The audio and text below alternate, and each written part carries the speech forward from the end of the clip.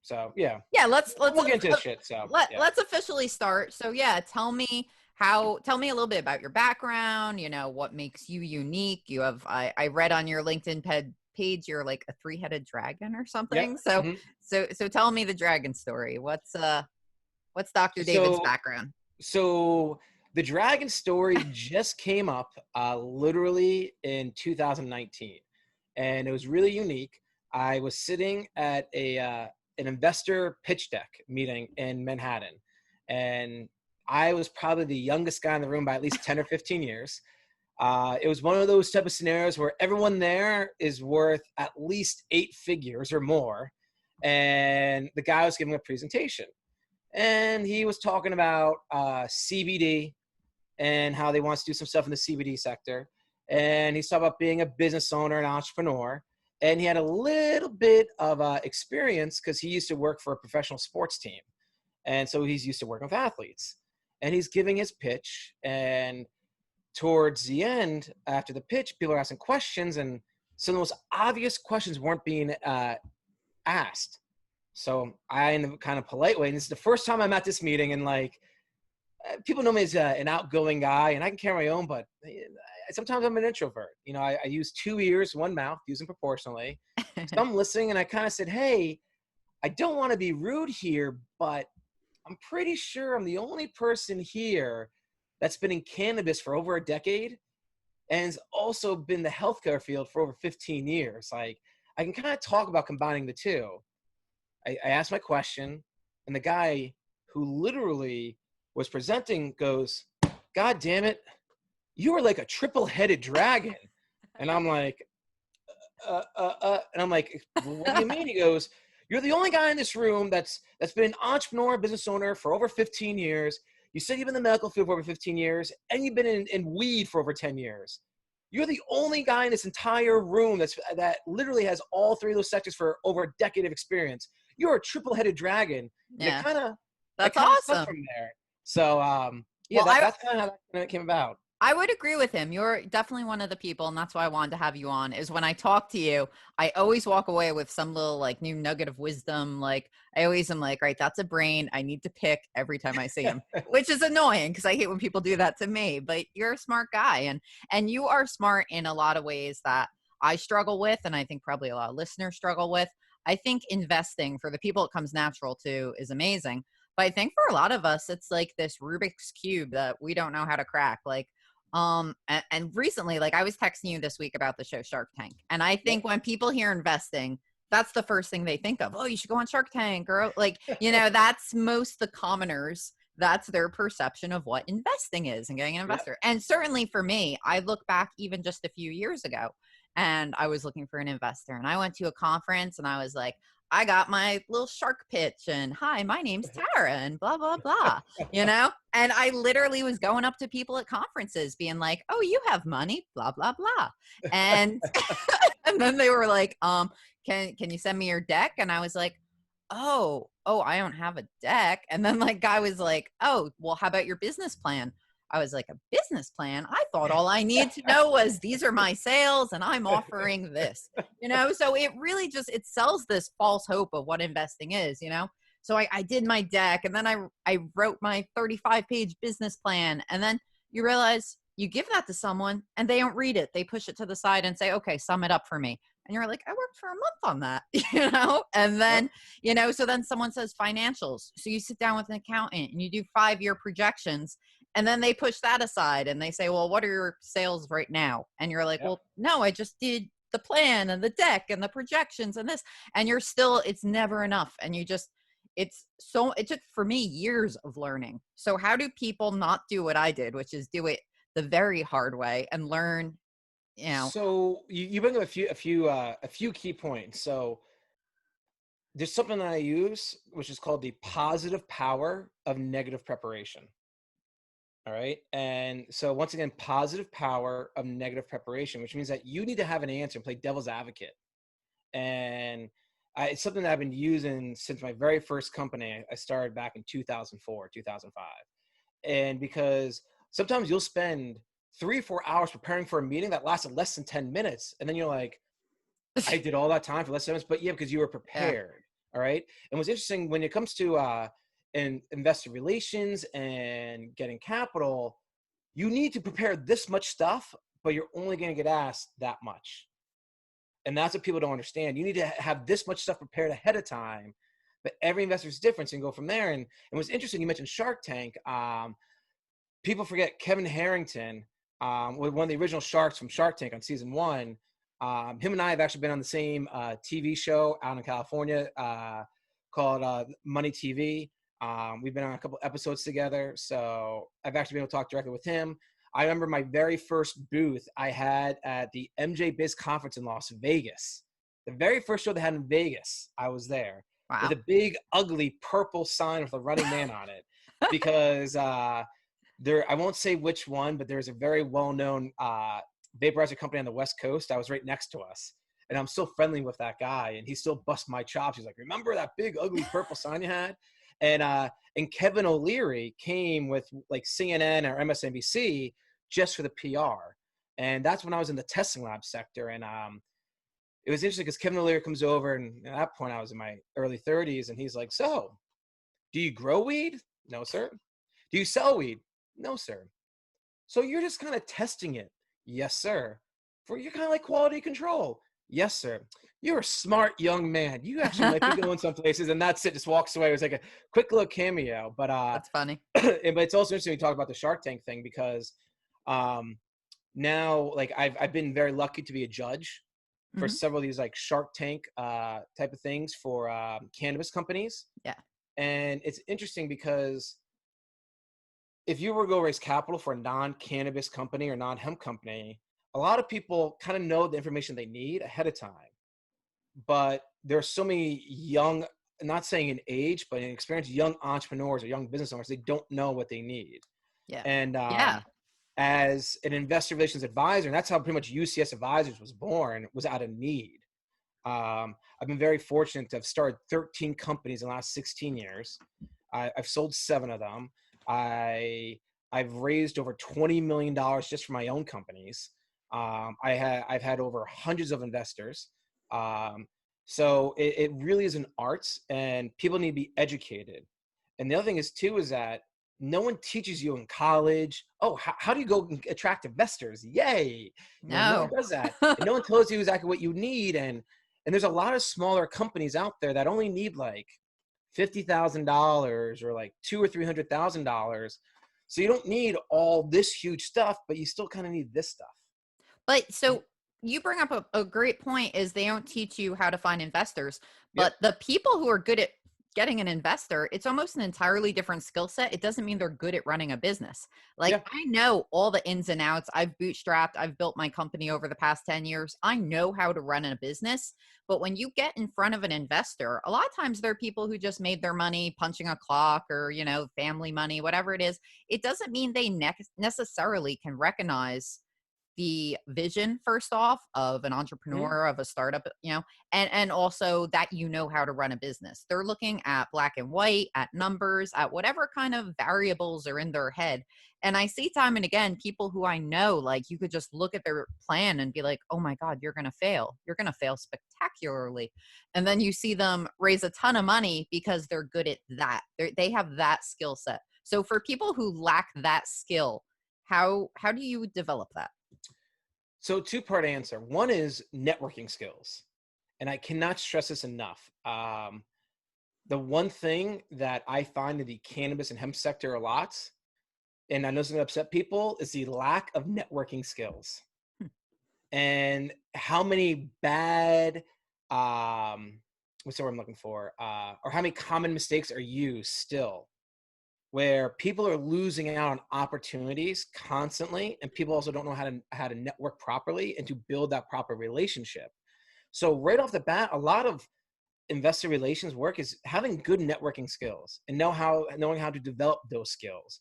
A great example is Adam Connors has a company called Network Wise. He actually teaches a networking certification class. It's one of the first in the country, and it's less than $300. Wow. And he really gives you the roadmap.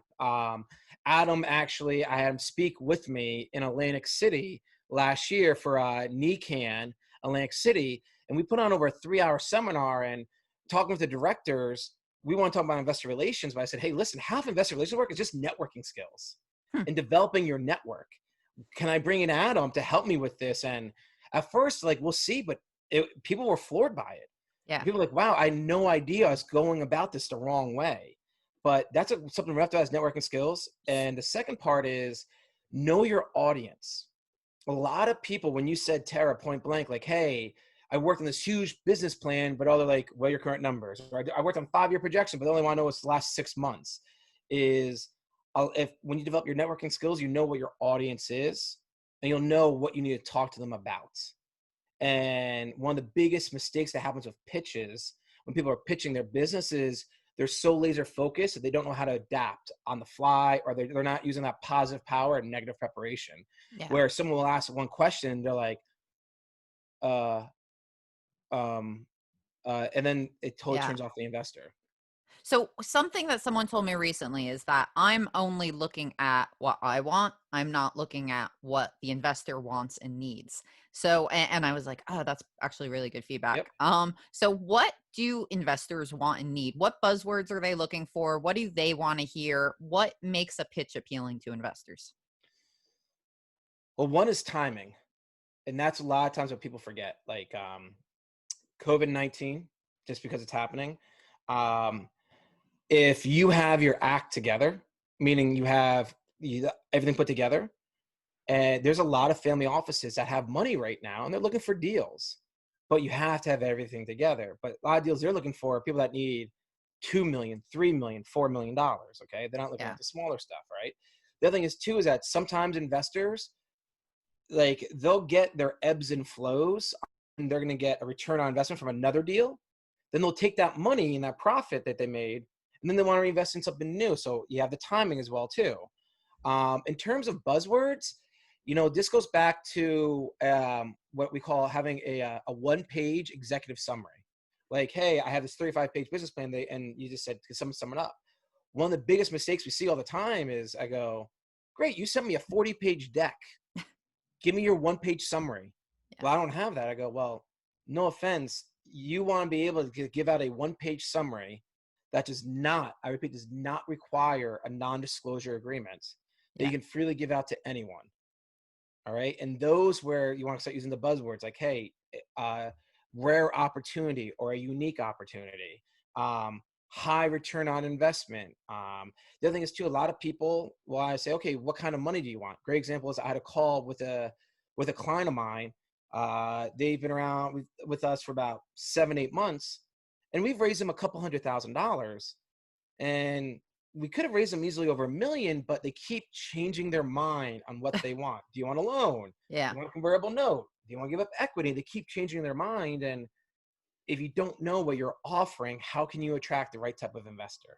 Yes. And I hate when people say, oh, well, I really want a strategic partner. I go, great. So you want to give up control of your company and you want someone to literally approve almost all your decisions. Oh, no, I don't want that. Well, that's what a lot of times a strategic partner is. Well, Shark Tank teaches you that word. Strategic. Yeah, I mean, I used to say that. I did, yes. I mean, it does to a degree. Yeah. But it's also knowing what those options are and how you're going to position yourself. Because the other thing is too, like, a great example is if you're raising money, you need to have a general idea. Remember, everything in life is up for negotiation. Yeah. You can always say no. But I see a lot in cannabis and hemp. A potential investor is interested. Yeah. And the client will say, no, I don't want to talk to them because I don't want to do that type of deal. No, do the meeting anyway. Yeah. Hear them out because maybe a deal can be bridged. Well, that sounds like contradictory advice so much because you said it's the investor saying, well, I don't want to do that kind of deal. And you say, hear them out. But then you say it's a flaw of people of not knowing what they're offering. So is it that do both parties need to be flexible? No, the investor won't be, majority of the time investor won't be flexible, but you have to show them what other options are there. Okay. That's why you want to do the call. So here's an example, like let's use simple numbers. You need $100,000, all right? And you don't want to give up any equity at all. And you want to make it as a loan. And investor says, hey, I'll give you $100,000, but I want 25% of your company.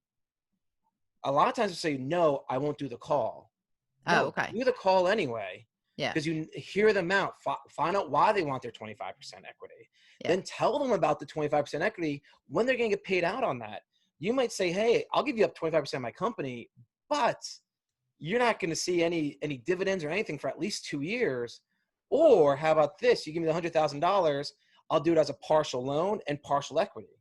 Mm-hmm. You know, and this is where also it's nice to have a investor relations advisor also help you with this, where you might say, great, I'll give you 25% equity, but if I can pay you back X amount of dollars by X time, your equity decreases.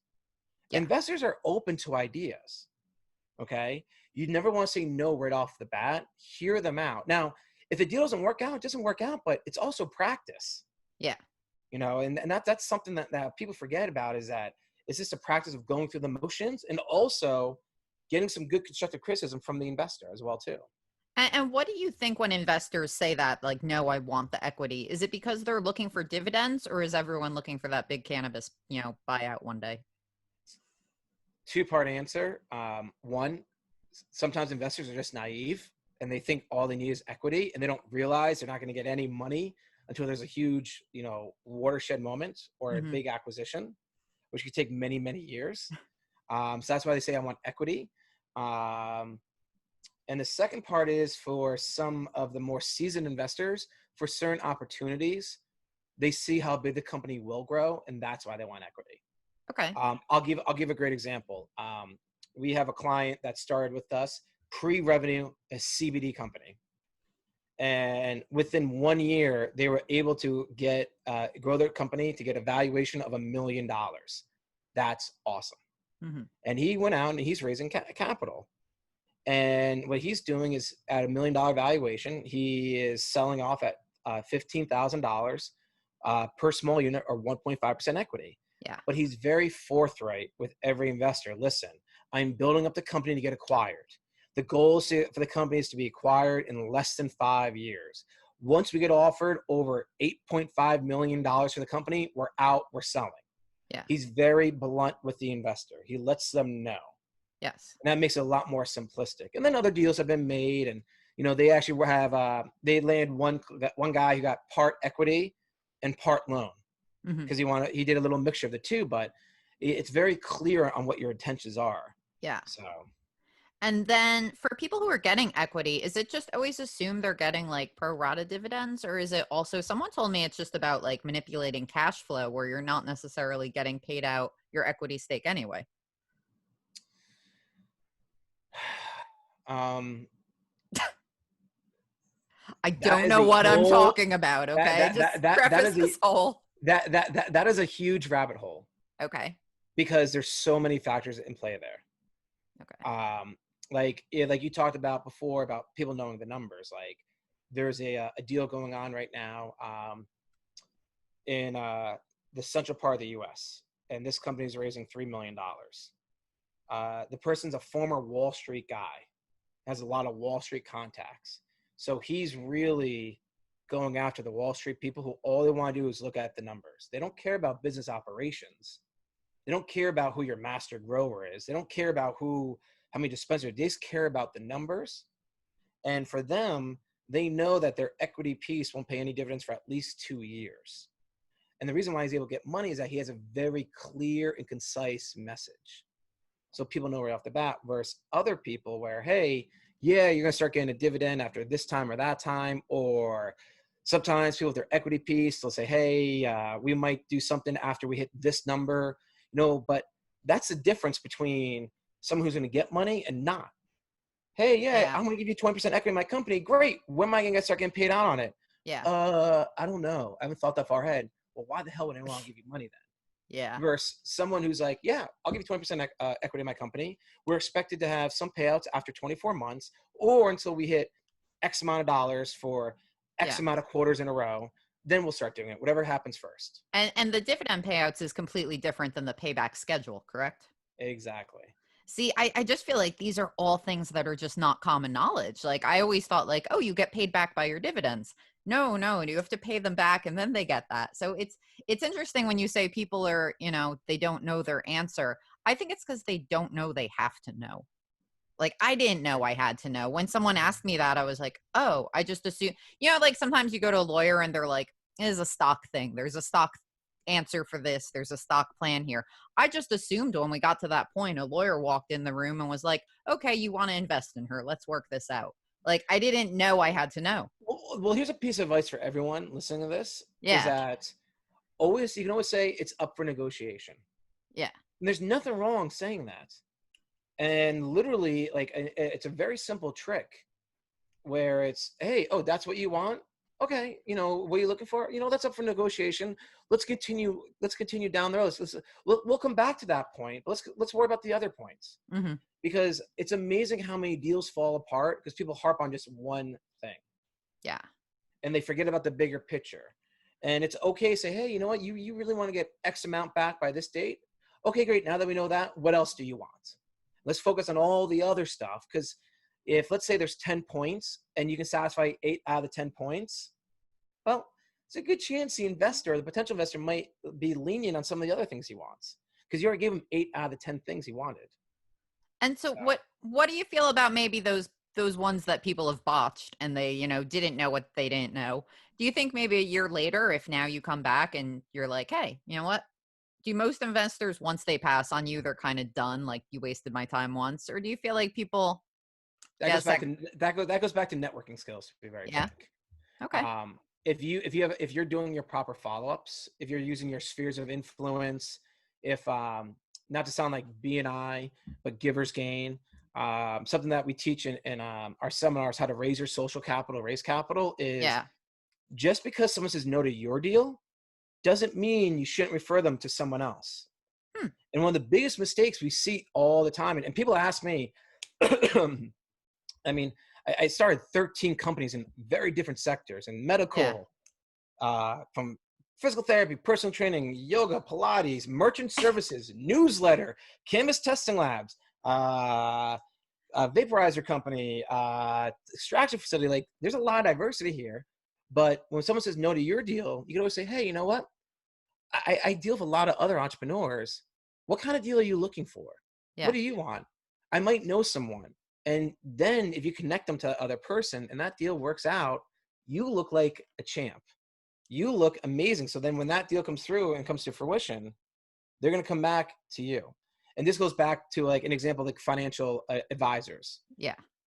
Some financial advisors love us here at UCS Advisors. Some of us hate us.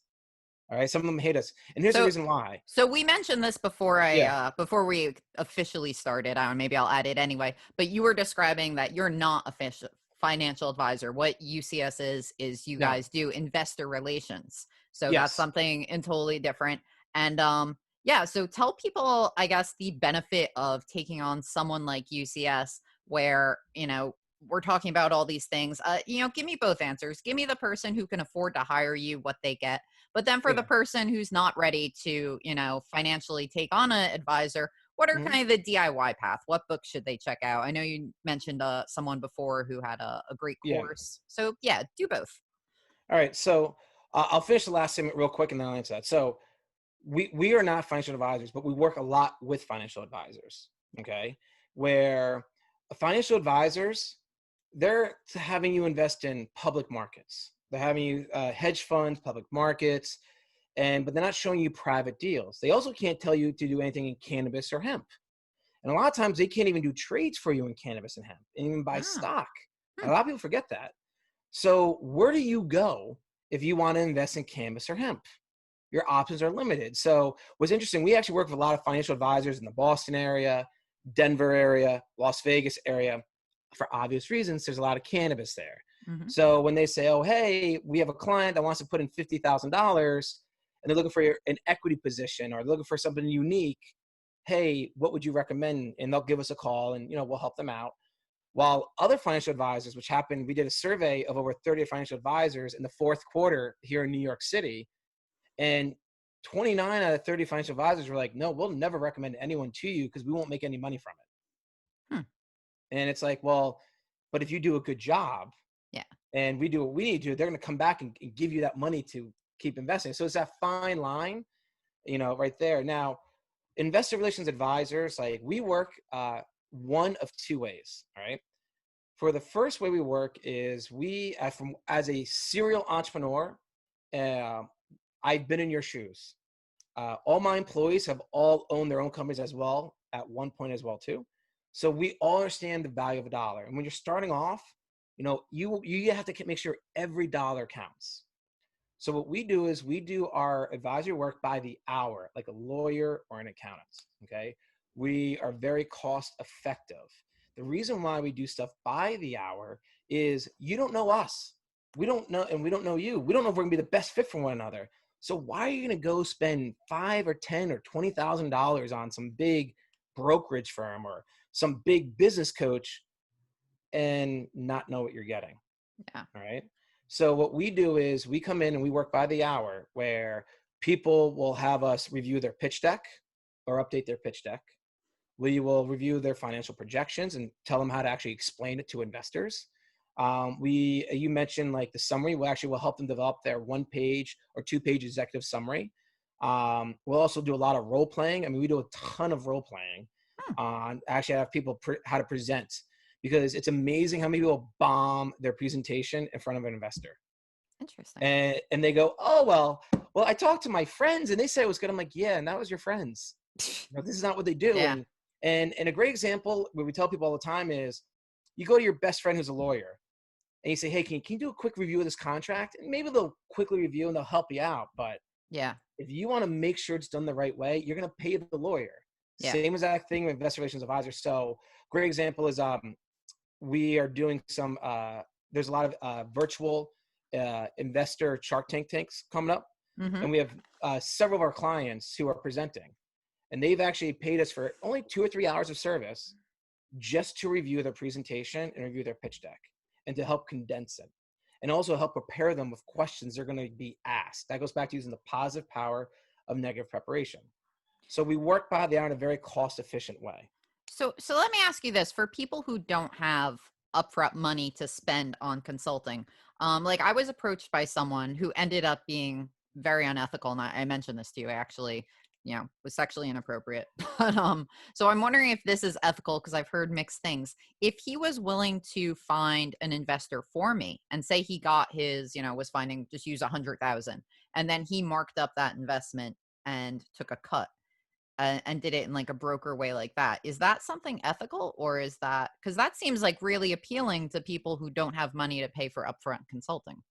Well, one right off the bat, and excuse my language, it's total bullshit. Everyone has some money to do a little upfront fees because at the end of the day, if you can't afford a lawyer, you can't afford an accountant. And to be very frank, our 10 hours of service costs less than $200 an hour.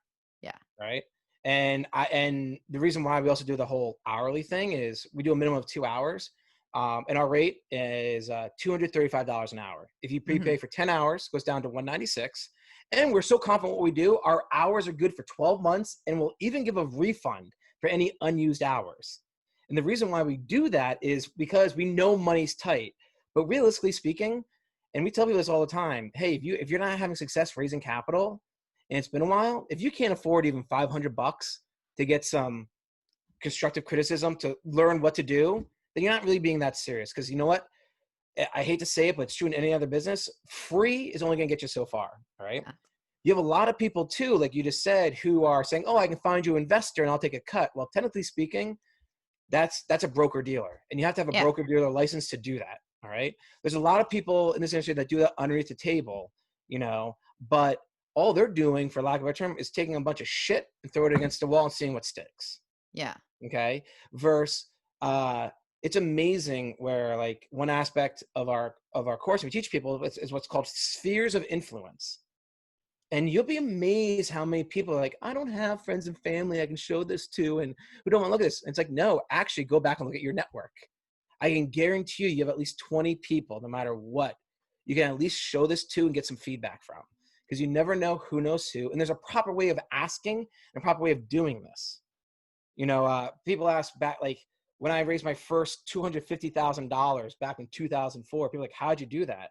Well, I actually reached out to about 50 to 60 friends and family and alumni, this and that. And I just said, hey, would you mind taking a look at this and give me your feedback? I love your opinion. You're Yeah. not asking for money. And then all some people are like, wow, this is kind of interesting. Can I get involved in this? Or hey, I have a friend who might want to get involved in this. But you're also getting constructive criticism. You're getting feedback. All right. Where most people, like you said, hey, what if I presented and I messed up? Do I go back to them a year later at all or not? Yeah. And the key is hopefully you were in contact with them at least 5 or 6 times over that year in general. So then when you do go back, it's not like, oh, hey, I'm back again. I think that's a learning lesson, because personally I could say people who have shot me down, I always take the kind of animosity of like, screw that guy, I can't wait till I make it and blah blah blah, and then you're like, he's dead to me. And yeah, you learn in business that no, you know what, maybe just eat it, suck it up, and keep the person in your network. But and I think when you say like work your network, maybe now I would say absolutely, but when I was first out of college, I have a very blue collar family, everyone kind of just struggles to get by. I was one of the first in my family to go to college. So I think a lot of people don't, maybe one guy who has money, maybe, so it really So does come stop. down to networking. So no, stop right there. Yeah. One of the biggest prefix ideas people have, and they have to change their mindset is, oh, I don't know, 1% has money. First, you have to define what does have money mean. Okay. Mm. And secondly, especially when it comes to other people that are in unions, they have 401ks, they have pension plans. You'll Yeah. be amazed how many people, especially when it comes to like friends and family, that might give you 10 or 15K, and they'll actually take it out of their 401k, or they'll take it out of their pension plan, or they actually might take it against their long-term and their life insurance policy. Yeah. It's amazing. Depending on what you're asking for, you know, you never know who knows who, and you never count. And I learned this at a very, very young age from one of my business mentors. Don't count other people's money, Hmm. because you never know who knows who. And a great example, I have a lot of clients in the state of Maine, and people joke around. They're like, Maine, no one has money in Maine. I'm like, you know how many millionaires are in Maine that you have no idea, that show up in like a flannel cut off jeans and like boots, but they're True. worth like $20 million. Like Yeah. you never want to assume. And for your network and networking skills, people don't utilize LinkedIn enough. People don't realize, when we talk about your contacts, that's high school, college, hobbies, religion. People that have kids, I joke around all the time, like if your kids are involved in anything, you have a whole huge database of people to reach out to and talk to. True. And True. and I'm going to circle back real quick also about investor relations advisors, and like Yeah. about the advisory side of things, because working by the hour. Here's a great example. We were referred to someone that is opening up a grow facility in Massachusetts. I can't say where for privacy reasons, but I can say the same, Massachusetts. Yeah. They had a very well done pitch deck. All right, but they hadn't raised $1, not $1 in 4 months. They referred to us and they're like, no offense, we don't need you to do our pitch deck. We don't understand why we're not getting money. I go, great. And they hired us for 10 hours of service. And they thought we were going to get them an investor like this. Mm-hmm. And I was like, it doesn't also work that way, but let's hear your pitch. They told us their pitch, and we're like, you have some major holes in your presentation. Why don't you try a few different ways? They updated their deck. They spent about 4 to 5 hours updating a few tweaks and updating the presentation. And next thing you know, they raised over $500,000 within 60 days after that. Wow. None of them came from our investors or investor group. They were just doing it the wrong way. And Sure. that's a great example of, hey, they spend about $1,000 on just some general advisory services. Yeah. Now they paid on a credit card, which is perfectly fine, because they're like, hey, cash is tight, but they saw the value of it. Yeah. They knew that we need just a little bit of help with that. And that's what's also interesting too, because we're in the very unique position where we work with a bunch of family offices, venture capitalists, but also a lot of accredited investors.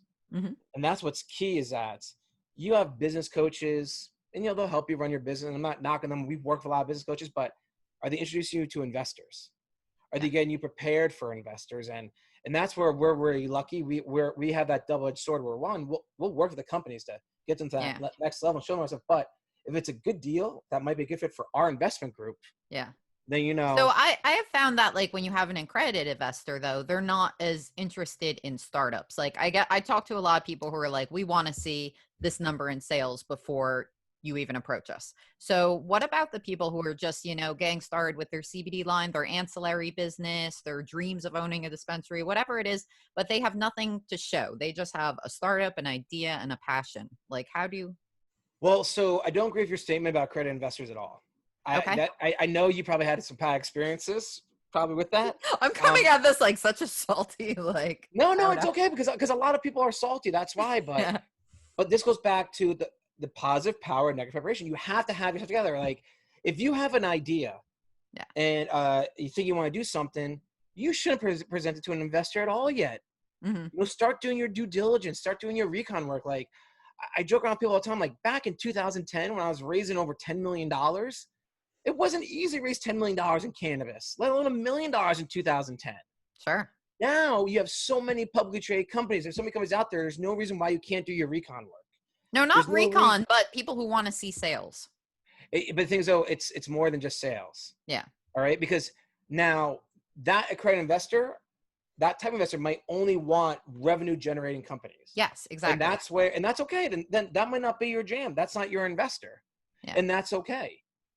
You can then say to someone like that, okay, what kind of sales are you looking for? Yeah. Because the one thing is that when people get shot down, they forget to ask the proper follow-up questions where, hey, I want revenue generating company. And like, here's a great example. We work with accredited investors that will do pre-revenue. And we have accredited investors that only want revenue of at least $1 million or more a year. Yeah. Okay. But then you have to talk to those investors. Okay, great. What kind of return on investment are you looking for? What kind of equity are you looking for? Hey, if you start with this pre-revenue company, you might get better equity. You might get a higher ROI. You have a lot more opportunities and flexibility versus, hey, this CBD company is doing $1.2 million last year. Here's the deal. Take it or leave it. Yeah. And a lot of that comes down to explanations, but it also comes down to if you, a current investor is like, hey, I only want revenue generating companies.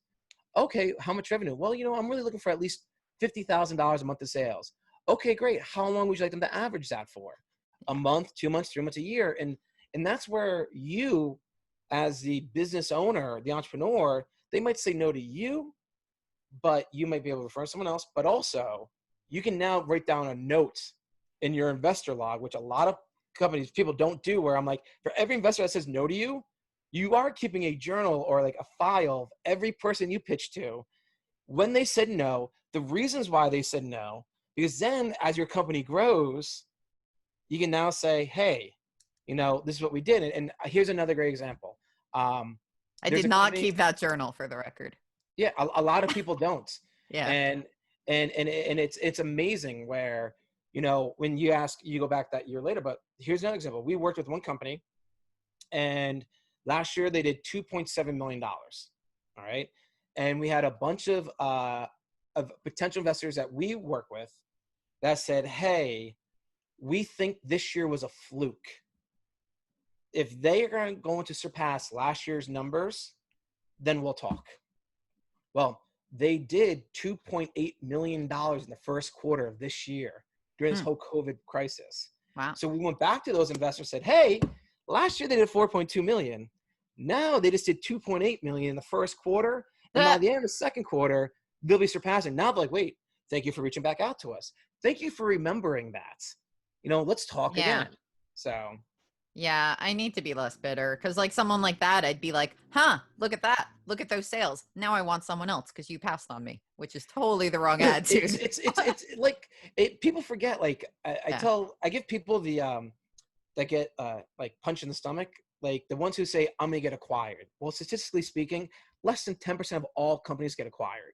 Yeah. You have 1 in 10 chance of getting acquired. Like when you, for an investor, you'll be lucky to hit like a 3% closure rate. So every 100 people you pitch, you might only land 3 of them. God, all right. it's depressing. People forget that. Like anything over 5% is really high. So you can get a lot more no's than you are yeses.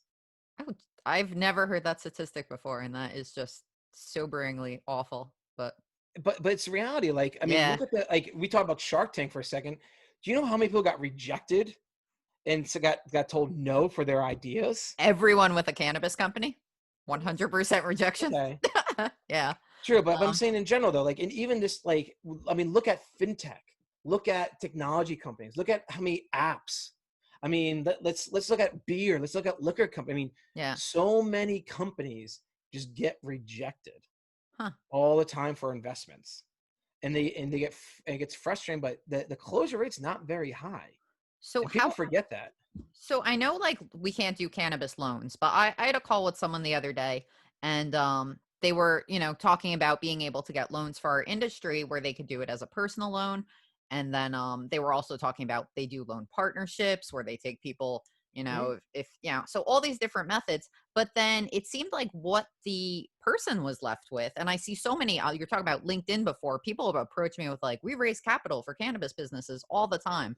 Like, what percent is reasonable for them to be taking? What's a scam? Like, what are some red flags for people to look out for? Because it seems like there's a lot of predators out there right now. Great question, loaded question. One is, ask them if they are just a glorified middleman, Hmm. or if they're actually currently working with investors, family wealth offices. A little trick I tell people is, you have some of these newer cannabis um, broker dealer firms saying, "Oh, we represent over 5,000 investors." And my question is, great. How many of those investors have actually invested in the last year? Mm. And all of a sudden they're like, "Oh, well, like only like 20 have." Okay, so 20 out of 5,000 people, like that's not a very good number. No. Um, like example we talk about is, in the last 18 months, we have over 300 investors that have invested in deals. Those are active investors. Those are people who are Mhm. actively looking for stuff. Now, Wow. if we count the people that didn't do that, yeah, we got a couple thousand, but we don't count Yeah. that because that's misleading. So very right off the bat is, ask them if they're actually working with investors. Actually ask them if they are working with the family health offices. The other thing you can also ask too is examples. I mean, the one thing is, it's interesting is I tell people, hey, do you have any examples? Um, something that we do here at UCS Advisors is, sometimes people are like, well, we don't want to pay for any hourly services. Just find us the money. That's it. And we're like, Uh, no, like, because your deck isn't ready. You don't have the materials ready for us to go out there. yeah. And it's our name and our reputation. We don't want to, ruin that. So the other thing you also want to take a look at is testimonials. Something that we do here is that we actually, if someone's kind of curious, we'll get them on the phone with someone else. Say, hey, this is what we did for another company. Hmm. You can talk to them directly in our success. And it's amazing how many times we ask, say, hey, can I get a testimonial? People say no. Like, I don't have a testimonial. Or say, hey, can you tell me how much money you've helped secure or raise in the last 6 months? And a lot of times you'll see those people say, oh, like none, or only like, 100 grand, like, so you kind of know where you're going with it. Okay. So those are things to look at in terms of the different programs out there. There are a lot of programs out there. um, example, like there's a bank in um, New York, New Jersey, Pennsylvania, Maryland, and Virginia, where if you're a CBD company for at least 2 years, Hmm. we'll give you a $50,000 line of credit. Really? A lot of people forget that. Like, Hmm. but this is where also too, and I'm not trying to plug my own company, but this is where having an investor relations advisor, Yeah. whether it's us or someone else, can help you, because we have these relations. We know this information. Yeah, for sure. Like, it's like, this is like, hey, what do you need? Where, a great example is that we had another client and they needed about 25 to $30,000, and they were trying to get an investor. And we looked at their books and we said, you guys are doing really well. Why don't you just get a line of credit? Oh, no bank will give us a line of credit. Oh, no, we have a banker we're very friendly with. We'll call them right now for you. What? Huh? Yeah. Can you get all your financial paperwork ready in the next week? Of course. Great. And they got a $50,000 line of credit in less than 3 weeks. Wow. So there's a small little tricks of the trade. There's also, like another example, there's a new company, a CBD company in North Jersey that's going to be opening up a store. But both owners own other companies. They need a $200,000 investment. We're like, both your other companies are each doing over $800,000 a year. Go get a loan for your other company, Yeah. then see like, but some of the most basic things that people just don't realize. Um, you also, which is high, but you have merchant service advances, Yeah. which can be done. You have, depending on what's going on, you have bridge loans as well too. And the other thing is too, which people forget about, but if you want to give a first lien on something or a personal guarantee, it's Hmm. much easier to get capital. It's amazing the people who, like, I don't own a house, so I can't use a house at all, for myself. But when I was raising capital before, I was putting liens on my businesses, on my equipment, on my car. At one point, I had to take out a couple extra $1 million of life insurance policy on myself and sign it over to investors in case something happened to me to make sure they would be paid back. Wow. The fact that I was willing to do that, Creative. well, it also shows that your sense of commitment Yeah. and how much you believe in your company. Yeah. And the reason why I bring this up is that, um, especially right now of COVID-19, we have a lot of people looking to invest in the private sector. The deals that are getting done right now are the company owners who are saying, hey, you know what? Yeah, I need 100 grand. I have my house. I'll put my house up as collateral until I pay back your 100K. People are like, you're Yeah. willing to do that? Yeah, I am, because I have that much confidence in what I'm doing. Yeah. That goes for, or hey, I'm going to give a personal guarantee, and that goes a long way. And people, not majority of the time, won't do that. And I'm not telling people they have to, but if you're an entrepreneur and you're a business owner, you believe in what you're doing, and you know you're going to be successful on it. Hmm. Sometimes you got to stick with your gut and just put it out there. You Yeah. know, um, and that's why you made the comment before, like people that don't have that startup capital. Like I said, it's total bullshit. Because as I tell people, don't get your Starbucks, don't go out to eat for a month. You cut back on this and that. And you'd be amazed how much money people can save. And I've seen so many successful people in this cannabis sector Yeah. who went on the ultra lean. And one thing I talk about, which I'm more forthright about now, but like when I was CEO of my public trade company, at one point, I didn't take a salary for over 2 years.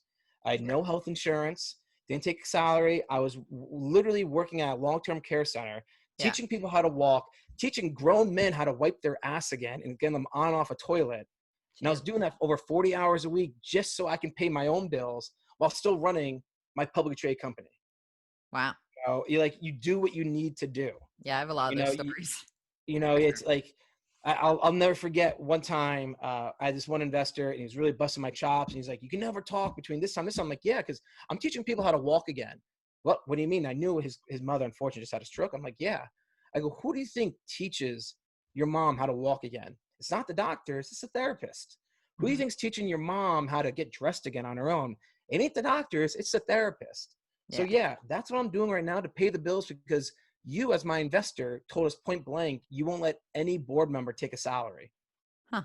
and that was the sacrifice we had to take your money in, and we were Yeah. prepared to do that, but we had to do other things on ends meet. Now, if you want to pay us a little something so we can give them more time, then sure, to the company we can do that. But that's where also too, and you know, I hate talking about Shark just because you brought it up, and I met him a couple times, but like Mark Cuban, he gets off on Yeah. that stuff. Yeah. He's like, hey, hustle, do what you need to do. Um, I think you know, hustle is great for so long. And then if hustle doesn't pay off quickly enough, then the table turns and you begin to see, like, oh, well, now you're just a failure. You're not supposed to have to bootstrap that long. Something should have kicked in by now. But I've found that for me personally, like when I started, I always tell people I had a $5,000 credit card, not a penny in the bank. I lived off of 3,000 and I spent 2,000 to start Blazing Bakery. And I lived off that for many months. So but so you can turn 1,000 into two into four, and then not even, I would say, 4 into 8. There becomes a point where if you're doing small batch runs of something, you're not making the margins, but then you get those purchase orders for $20,000, $40,000, whatever they are, and you need the capital at that point to scale. And if you don't get that investment, then your business is crippled. And I know you said things like purchase order financing, that's not always available for cannabis. So I feel like that's sacrifice and that bootstrapping, it is all there. But at a certain point, if you're not getting capital, it doesn't matter because you can only do so much with nothing. and I agree with you on that. And that's also where what's your exit plan? What's your plan to grow? Um, as I also tell people too, how far are you willing to go? Like, are you willing to look at every, single option out there? Yeah. It eludes me right now, but I forget the name of the loan company where you can get like a loan within 3 days, and it's based off your account receivables. Okay. Um, and I forget the name of it, but like we did a total of $70,000+ of loans over the course of 9 months because we Mhm. just had to. Yeah. You know, it's looking at every different angle, and also too, it also depends on the culture you're in as well. Also, like you go over, not to bring a sore subject, but China. In Yeah. China, if you start a business and you fail, they applaud you because you took the chance. You learn from it. Versus here in America, we tend to get poo-pooed a lot. Oh, you Mhm. failed on your business. Ha ha ha ha. No, it's Yeah. like, hey, you know what? You took the sacrifice. You tried to do it. Yeah. Um, but it's really, you got to look at every angle out there Yeah. and every scenario out there. And it is, you get beat up. You can really feel For you get sure. beat up because you get so many rejections, Yeah. and it's tough. Or I mean, I think that's just the optics thing. What could be seen as a failure could be seen as a victim of your own success. If you grow too fast and you don't get the capital soon enough and it comes crashing in because you couldn't finance it, then you were just too successful too soon. But it seems like investors don't see it that way. They don't see it as, oh, you were so successful, I don't know, I wouldn't say failed. But No, but yeah, that goes back to planning though, yeah, and that's where a lot of people forget. It's why are you in this capital crunch? It's also how you talk about it. Like I hear people sometimes when they pitch, they say some things, and I'm like, why are you saying that? You yeah, are talking poorly about yourself. Like if you are someone pitching an investor, the glass is always half full. It's never half empty. yeah, And people sometimes inadvertently will have the wrong tone of voice, yeah. or they'll make a small little comment that little comment, which has a negative tone, can really turn off an investor, a potential investor. It seems like the one time we're being not the one time, but it seems like a time we're being heartfelt has like zero return. Like how you just said now, like where you were like, I was like teaching a guy to wipe his ass to fund my business. And that's a really heartfelt thing. And I think people relate to that and they say, oh, I've had those struggles. I know where he's been. It seems like during a pitch is the one time where if you admit any weakness or struggle or anything super sincere, it's a turn off. Like you have to be an 11 and everything is Disagree. perfect. 110% disagree. And here's Really? the reason why. People talk about the personal stuff at the wrong time.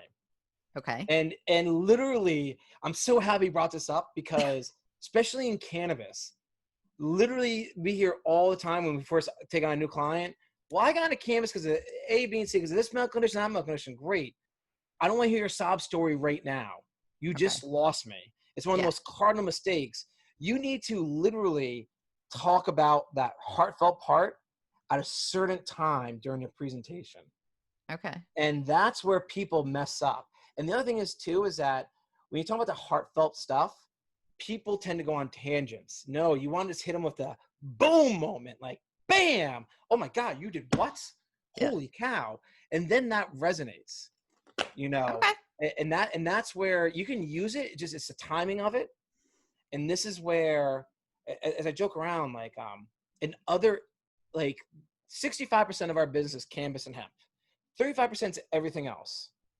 And with everything else, it's interesting because those people tend to get it like this, like, hey, you know what? All right, yeah, I'm messing up by a certain part. Okay, great. I need to change it.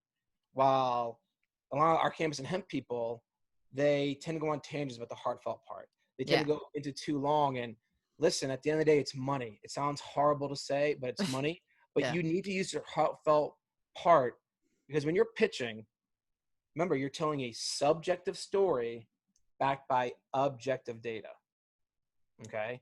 And when people, and I'll use myself for an example, when we were raising some additional capital and, with one investor, just we couldn't do a certain time for a meeting. It was my fault. During the presentation, I put in there, say, please note that not one penny of your dollar will be used towards salary. We want to make this very clear because everyone on our board is working other jobs to make ends meet because we want every dollar to go towards this. Great example is the reason why I couldn't do the meeting earlier today was I was teaching a 78-year-old man how to walk again in Hmm. parallel bars. Yeah. That kind of hits home. Yeah. Now people say, oh, you're a medical professional and you're doing medical marijuana? Well, yes, I am. And then you go from there. Like you have to hit your moments just right. Yeah. All right. So if someone wants to hire UCS, like you said, people spend under $1,000 to get Yep. started. So is it the kind of thing where you could do that with a lawyer? Oh, he only has a small retainer, and then that retainer only gets you so far, and then it's what is there continuing costs if people come on board? Is that just selling a dream? Like, oh, it's only going to be $1,000, and I'm going to No, find. and that's a great question. I'm happy to bring that up. So example, some people that know exactly what they need, Yeah. like I mentioned, like some of these virtual investor like Cannabis tanks, they only engage with us for 3 or 4 hours because like, hey, listen, we want to be prepared. We don't want to mess this up. We know that what you're going to teach us and educate us with is going to help us not only with this presentation, but many more. Okay. Mm-hmm. In terms of startup companies, and we work with a lot of startups where, remember, the hours are good for 12 months. Yeah. Where there's a lot of times where it's, okay, great. We went through the first 2 hours. Here's your homework assignment. When you're ready, come back and we'll go from there. Yeah. Okay. Where we have people who literally sometimes it takes them up to 10 or 11 months to go through their 10 hours. And it's like, okay, great. We're on this first part. Okay, let's hold back. Let's see what's, let's go from there with things after we take care of X, Y, and Z. So the other thing is too, it's part of that paying for that is also a reality check. And I'm going to use the state of New Jersey as a great example. 1 out of every 3 startup companies we talk to end up becoming investors instead of business owners. Because they go in and they say, hey, I have a budget of X amount of dollars. This is what I want to do. We come in and we start telling them what's going to be needed, what's going to be required, cost, what their competition is going to be like, what they have to plan for the future. And all of a sudden they go, ooh, maybe I don't want to do all this. And that happens a lot, especially in this area. Like a great example is pain management doctors. We had several of them as clients who were going to open up medical marijuana certification places. And we went over how much in reality it was going to cost. We also talked about their competition. Yeah. 2 out of the 3 pain management doctors opted not to open up a facility. Yeah. Well, And this is not a great state for that because it's just the cost of entry is so high. And I agree with you, but the way they looked at it was, okay, we paid for 10 hours of service, which cost us, less than two grand, but you saved us over $500,000. That's worth it.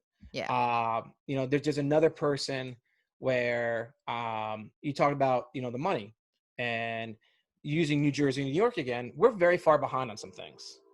And there's some people who only want to open up businesses right now in New York and New Jersey, and that's it. And there's fine with that. But here's a great example.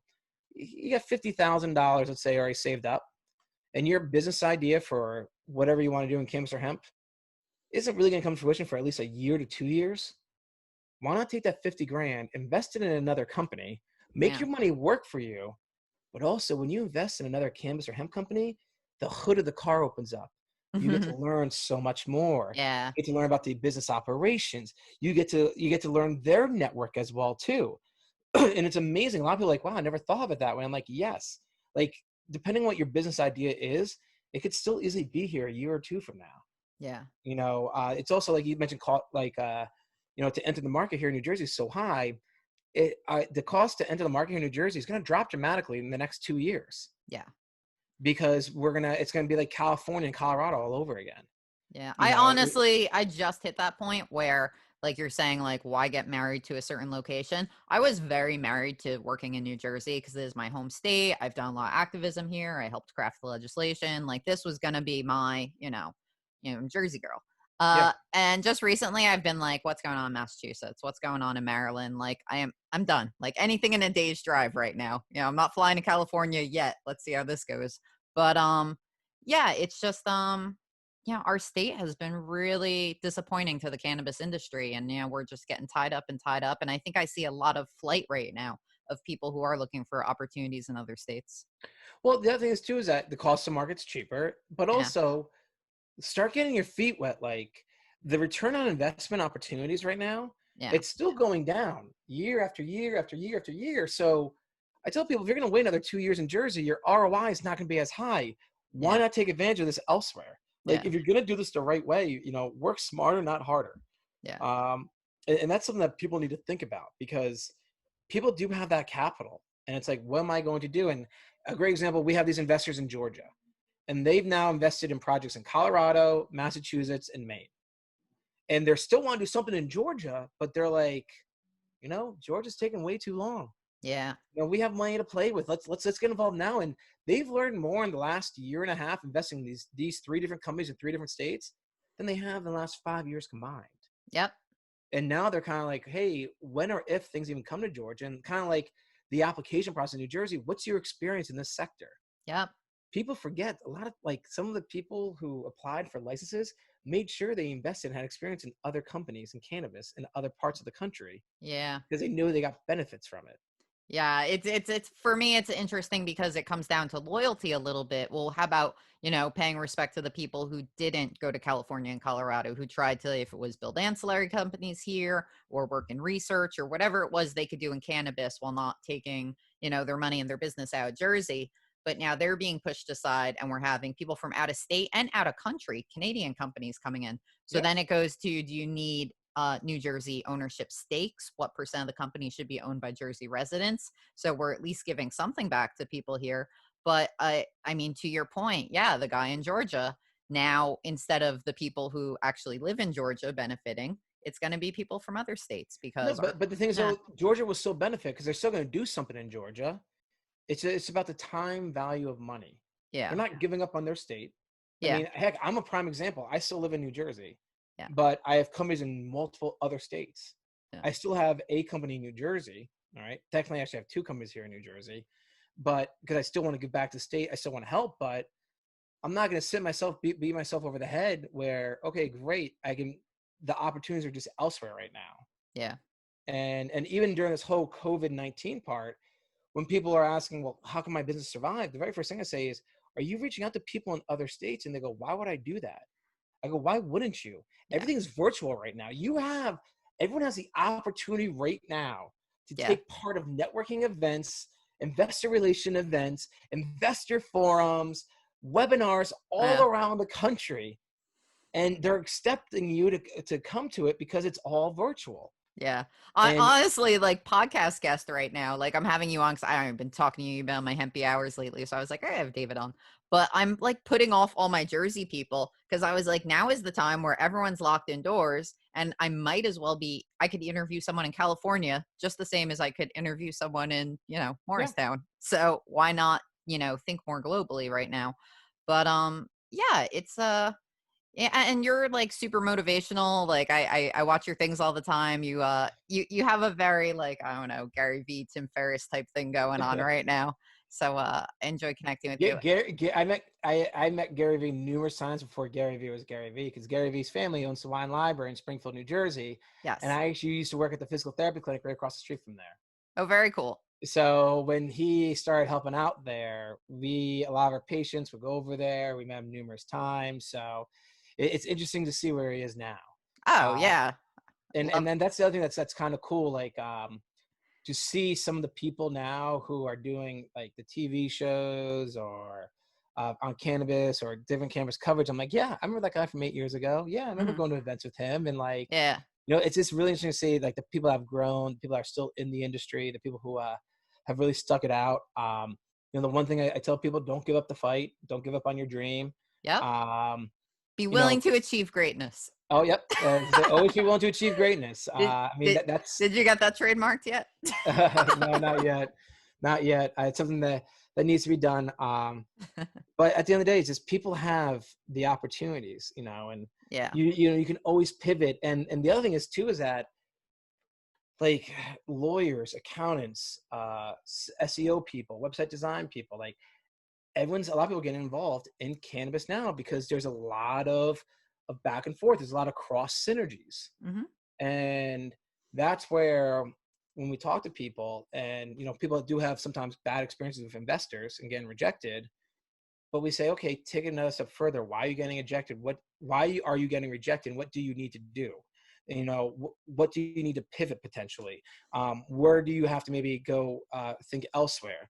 You know, another thing is that you know, whether you're using a brokerage firm, investor relations advisor, a business coach, who's helping you find opportunities to pitch in front of other people and to Yeah. get your teaser out there and to people, because all that plays a big part. Because people think, oh, I'm just going to give you something and someone's going to invest. No, like, people do their due diligence. Yeah. You know, people also, you know, some people like, hey, I'm investing in you, not For your company, sure. but in you. Other people are Yeah. like, no, I'm just investing in the company. I don't care if it's you at all or not. Yeah. You know, everyone's a little bit different. Everyone wants something And different. so you bring out something that has been a fear for mine, I'm sure for a lot of people who, are not thinking as an investor, but are thinking as a business owner and innovator is, get it out there. Well, I think I have this great idea and this invention. It's not something I can copyright or patent. I'm not going to go through that, but it's something I want an NDA before I show it to people. So, but then you say like, oh, you mentioned doing a referral program to me, which I thought was a great idea, or just, like you said, getting it out in general, social media, however it is. What's the fine line there between putting it all out there, especially if you only have, a couple new Sure. innovative products? So you asked a great question. You just don't want to, let's break it down though. Okay. One, you don't want to take your idea and just throw it all out there. Okay. Yeah. Remember, positive powered, negative preparation. Okay. You want to make sure you have your idea together. I'm not saying you have to have a 40-page business plan, but you have to have a general outline. All right. Yeah. You kind of have to know how much money you're kind of looking to raise. You have to kind of know what the minimum investment is as well too. Yeah. Um, but what we talk about a lot is you should be able to put together a one-page teaser where you do not need an NDA. When people say, "Oh, I have such a unique product and someone's going to steal it," listen. At the end of the day, you know, there's so much copyright infringement. You know, if you really have the best idea since you know, sliced bread, then really the very first thing you should be spending your money on is a patent attorney and trademark attorney, Hmm. which we've actually recommended to actually several of our clients, where we said, hey, forget going out and trying to do all this other stuff. You actually have a really good idea. Let's get the patent on it first, or at least patent pending, Hmm. because that's gonna be worth a whole lot more, and you actually might get a license in play as well Yeah. too. But when you take that one-page teaser that you have, that's what's going out to like your friends and family and your fringe friends. A keyword is fringe friends, because a lot of times you'll get investors who are friends of friends of friends. Hmm. And, you know, it's harnessing those relationships, but you need to develop that one pager where you're not giving away the kitchen sink. You need to give away, just kind of say the general gist. Like, hey, here's the vision of the company. Here's where the company currently is. This is where the company is going. I'm looking for this much money. Minimum investment's this. Yeah. Would you like more information? Let me know. And then you give them meat and potatoes. Yeah. And that's the stuff that you can kind of spread out there. You know, a little trick we use is, hey, there's a rare opportunity where, what if you could be part of a multi-million-dollar CBD company? Would you be interested in learning more? Yes, great. You know, it's the same as like basic marketing. Like, you can take a lot of B2C or even B2B marketing tricks and use them in cannabis all the time. And Hmm. it's being used all the time. I mean, heck, let's look at High Times. I mean, when High Times was doing their raise, Ugh. I mean, if you read their financials, it didn't make sense to do that. But the Mhm. way they marketed it and who they marketed to, and how they made the investment brackets, the minimum investment so low, it really widened their huge investment, you know, database. You know, that's a huge difference there, because let's take this another step further. And this happens all the time with us. And one of my favorite stories ever, client, oh, we need $1.8 million. Okay, and what's the minimum amount you need at 1.8 million? We need it all. Bullshit. What do you really need for the first 6 months? Well, for the first 6 months, we only really need $500,000. Okay, great. That leaves you 1.3 million. What do you need the other money? Well, we don't know. We didn't figure that out. When we looked at what they needed, they only need $800,000, not 1.8 million. They would make enough money from their profits of $800,000 that they won't need that 1.8 million. For So sure. then we Yeah. then we said, okay, are you looking for a strategic partner to actually have voting rights, board seats, and give you and actually have a say in your decisions? And they're like, well, no, we want someone that is with us, but we don't want to give them any of those powers. Okay, great. What's the minimum investment? We want one person for 800 grand. Well, that takes our window from this to this. Yeah. So we said to them, great. Out of that $800,000, why don't we get 8 investors each at $100,000? Oh, people would do that? Great. Why don't we do it as a loan? Because from your projections, you'll be able to pay back this loan in 12 months. So why don't we make it a loan with 18 months, and you guys have a bunch of land, put your land up as collateral to pay back your loan. They went back and forth. Next thing you know, though, they were able to raise $400,000. They got 4 investors, each at $100,000 a pop. They raised $400,000 within 90 days. Wow. And they're like, this was so much easier. You know, we tried for a year. Well, yeah, because people are like, oh, I want one person for that 1.8 million. Well, that gives you a very, very, very, very small window of people you can go after. Yeah, for sure. And they also didn't look at their books to say, well, they don't really need that full amount. Well, that's what people ask me when they say, like, you know, I want to turn this into just my particular current thing I'm raising for is a CBD line to go to a processing license. Well, they say, well, you need millions for a processing license. Yeah, but in Jersey, like you said, we're very far off. So it comes about like all the little building blocks we have before that, where we're going to self-fund ourselves to a degree. Yep. So it's a much smaller raise, of course. So one last thing with the stealing thing, and then we'll wrap up because you've been very generous with your time. So what about like, so now you've signed the NDA and people are, and then it just feels like they're just pumping more and more information, and it's getting to the point where it's uncomfortable, where you've given them the secret sauce and then some, and they have a whole company at this point they could basically run with. Now, if you're doing that with someone who's very wealthy and you're just a small startup, essentially they could just take everything and you can't afford to sue them the way they could sue you. So at what point do you say like, hey, are you going to invest or not? Because I can't just keep telling you a whole business plan here. Or is it? Well, first part is people steal ideas all the time. Yeah. It's about the execution, to be very frank. And that goes back to the patent and the trademark. You know, if you really think you have something special and unique, then go get that done. Yeah. You know, and go invest a couple grand in that as well too. Yeah. And in terms of the investor, you know, unfortunately, one, knowing your audience, but, you know, asking just a general synopsis, it's, if you've gone through everything, you can just flat out say point blank, what is your level of interest? Yeah. And if they're like, oh, well, we're still deciding, then you know, it's the next follow-up question. Okay, when would you like for me to follow up with you again? Yeah. And they're like, no, we'll get back to you. You say, no, please tell me a date. And they're like, well, because they're about, then you just literally just give them an ultimatum. Hey, sorry, just so you know, this offer that you have right now to invest at this level is changing on this date. That's it. I like it's it. Simple. You know, you just give them a deadline. Yeah. I mean, it happens all the time. You know, if they're really serious, they might say something. If they think that they're the only person in the kitchen, they think they're going to keep, you know, coming back. You know, it's a game of poker as well, too. Like, True. That's the other thing is, too, is that there's a lot of negotiation tactics that occur with raising capital. And people forget that. And not like I like to always use a poker analogy, but you're playing a game of poker. You know, you're not playing the hand you got. You're playing, you know, the person across the table. Yeah. And you have to go back and forth with that. And sometimes, you know, you might lose opportunities because of that, but at least it gives you peace of mind. Yeah. And then that goes back to what you were saying before. If you have someone a deadline and they say no, and let's say you now got some other money coming in, you can always start off and say, hey, I know it didn't work out last time, but hey, we got some other investors. Here you go. Like a great example is a lot of investors don't want to be the first money in. Yeah.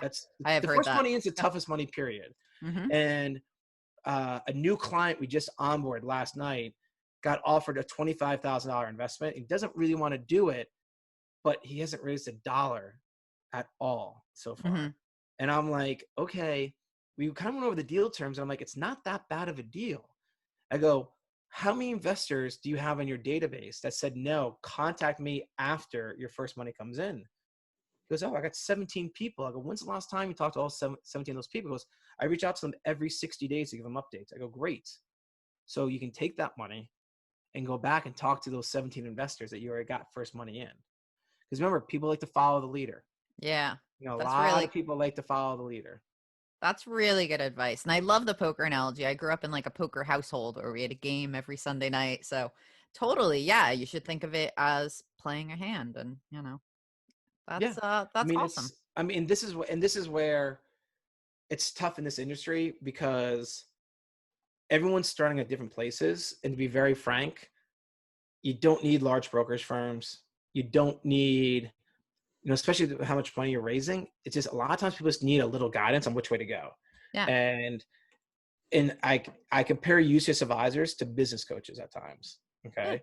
We work with business coaches because a lot of business coaches, they don't handle finances. They teach you how to run your company. They teach you how to how to manage your employees. They'll teach you marketing. But then when you say, hey, great, if I had an extra $300,000, I can go from one location to three. Can you help me do that? They go, we don't kind of handle finances. Just get a line of credit or talk to a bank. Yeah. So we work with a lot of business coaches to teach people that aspect. And here, with a lot of cannabis and CBD companies where they're smaller and they don't need as much capital, they just need a little help and guidance Yeah. on how to attract and get that right investor, because you don't want to blow that opportunity. Yeah. You only have Well, one shot to make a first good impression. it's true. And it's very, and a great thing to do is if you go through your list of people you potentially want to talk to, let them know, hey, by the way, I'm having an updated deck, and my deck will be updated by August 1st. Would you mind? It'd be okay if I send it to you for you to look at after it's completed. I'd love to hear your feedback. Sure, it's almost June. Now people know to expect to hear from you in 2 months. I Hmm. mean, just something small like that goes a long way. True. All right, dude, this has been so amazing. I think a lot of people are going to get a lot of really good advice and, punch up their decks and rework their networking plans and all that. So if people want to work with you, learn more, where can they find you at? Uh, UCSadvisor.com. Hmm. So, and that's OR, not ER. Or they can actually just call our office line, which is 201 252 7170. And social media or? LinkedIn, David Cunic. I'm on LinkedIn a lot, so always feel free to reach out on LinkedIn. Instagram's is David Cunic. At the end of the day, though, Instagram is more personal, Hmm. and for business, it's LinkedIn. I Okay. cannot stress enough how everyone needs to be on LinkedIn, and I cannot stress enough, especially if you're raising capital, that you need to be posting on LinkedIn at least 3 times a week. Hmm. And people are losing out. And if you, as employees, almost 80% of all hires occur now through a reference through LinkedIn. It's a high number. Interesting. Interesting. My And LinkedIn, I have more followers on LinkedIn than I do on all the other platforms combined.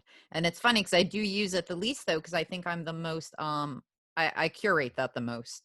Instagram, I'll just throw up any kind of silliness. But I feel like if I'm not getting like press or like and some like decent media coverage or something, I kind of skip LinkedIn more. But I think yeah, yeah. when it comes down to it, like myself, I was never allowed to have Instagram until 2018. Mhm. And I was already running a public trade company before Instagram ever came out. So I wasn't allowed to have Instagram. So I'm very Hmm. new to Instagram. I'll be the first one to admit to it. Some of my friends are still busting my chops like, oh, I see you've now finally had it for 2 years. I'm like, yeah, and I'm still learning how it works. Um, Facebook, I think is really, for me, is really good for the local cannabis community. But when it comes to getting your message out to the masses, there's so much more power on LinkedIn. There's a lot of cannabis groups on LinkedIn, a lot of cannabis business professionals on LinkedIn as well too. Yeah. We kind of joke around to a degree. If you want your business to be taken more serious in CBD or cannabis, you gotta do stuff on LinkedIn, Hmm. and you'll be amazed how much opportunities will come from it as well too. Interesting. I should work that network more because, like I said, it's my biggest network. But I get caught up in like you said, the more fun cannabis, Yeah, side of it. But yeah. Well, that was awesome. Thank you so much, David. And guys, reach out, follow him. I could say this guy's doing some great things for our industry. Smart guy. All I right. appreciate it, Tara. Thanks for having me today. Thank you so much. Absolutely. Bye.